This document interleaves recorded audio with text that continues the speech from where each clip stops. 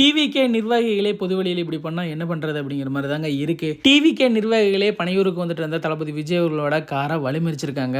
இப்ப சோசியல் மீடியால அதுதான் மிகப்பெரிய வைரல் ஆயிட்டு இருக்கு. தூத்துக்குடியை சேர்ந்த தவகே நிர்வாகியான அஜிதா மற்றும் அவங்களோட ஆதரவாளர்கள் சேர்ந்து தான் தளபதி விஜய் அவர்களோட காரை வழிமறிச்சிருக்காங்க.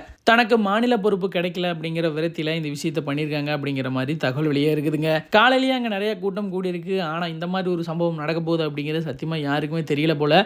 தளபதி விஜய் அவர்களோட கார் என்ட்ரானோனையே காருக்கு முன்னாடி போய் வழிமறிச்சிருக்காங்க. அங்கிருந்த செக்யூரிட்டி கார்டெல்லாம் உடனடியாக அவங்களெல்லாம் அப்புறப்படுத்தி அவரை உள்ளே அனுப்பி வச்சிருக்காங்க. அதுக்கப்புறம் சிடிஆர் நிர்மல்குமார் எல்லாம் அந்த இடத்துக்கு வந்து அவங்க கூட பேச்சுவார்த்தையெல்லாம் நடத்தியிருக்காங்க.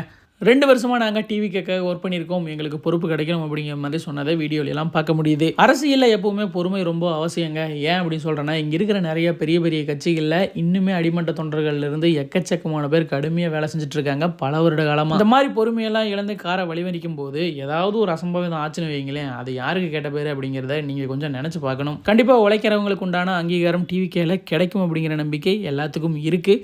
அதே மாதிரி இன்னொரு நியூஸ் பார்த்தீங்கன்னா, மூத்த பத்திரிகையாளர் பெனிக்ஸ் அவர்கள் டிவிகே கட்சியில் ஜாயின் பண்ணியிருக்காரு அப்படிங்கிற தகவலும் இருக்குது.